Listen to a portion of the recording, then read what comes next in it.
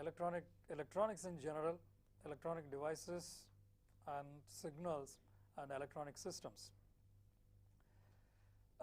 Electronics is a subject which deals with the conduction of electrons through gases, vacuum and semiconductors. You know that there were several physicists who carried out experiments over the last couple of centuries and studied the properties of matter and the particles which the matter constitutes. So in the process, interesting devices have come up, like the vacuum devices, like a vacuum diode is a direct descendant of these experiments. So it is a vacuum tube basically.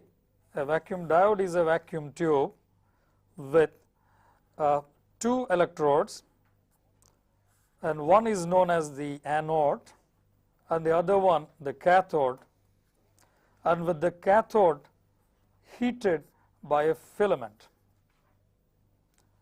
With the cathode is heated by a filament, and in the process the cathode emits electrons, and when you apply a potential between these two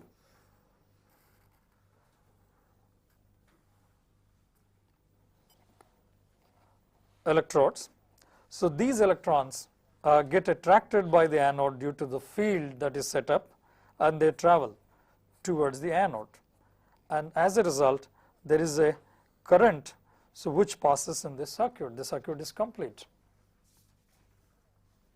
Whereas if you go for the reverse, that means if you reverse this potential here by changing the terminals of the potential, then you will observe that the cathode which is emitting electrons is positively biased compared to the anode, and naturally the field repulses the electrons and they cannot travel to the anode. So in the process, you will find that there is no current that takes place. So here is an interesting phenomenon. So if you find out now the voltage and current relationship of this device, you will find